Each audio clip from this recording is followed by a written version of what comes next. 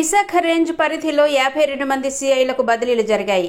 ఇందులో వీఆర్కు 17 మంది వెళ్లగా వీఆర్లో ఉన్న 10 మంది సీఐలకు పోస్టింగ్ కల్పించారు. ఈ మేరకు శనివారం డీఐజీ గోపీనాథ్ జెట్టి ఉత్తర్వులు జారీ చేశారు. అనకాపల్లి జిల్లాలో పనిచేసే 17 మంది సీఐలను రేంజ్ పరిధిలో వివిధ జిల్లాలకు బదిలీ చేశారు. వివిధ జిల్లాల నుంచి అనకాపల్లి జిల్లాకు 13 మంది సీఐలను బదిలీ చేశారు.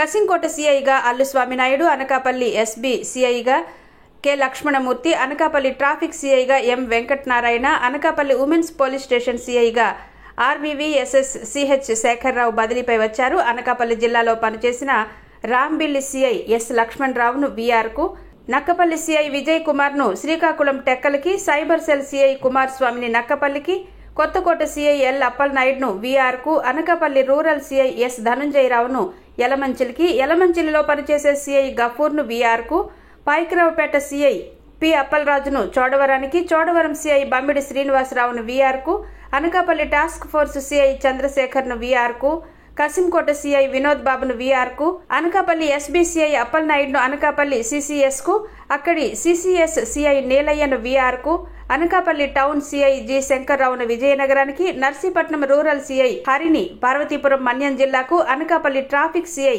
పైడపు నాయుడును వీఆర్కు బదిలీ చేశారు.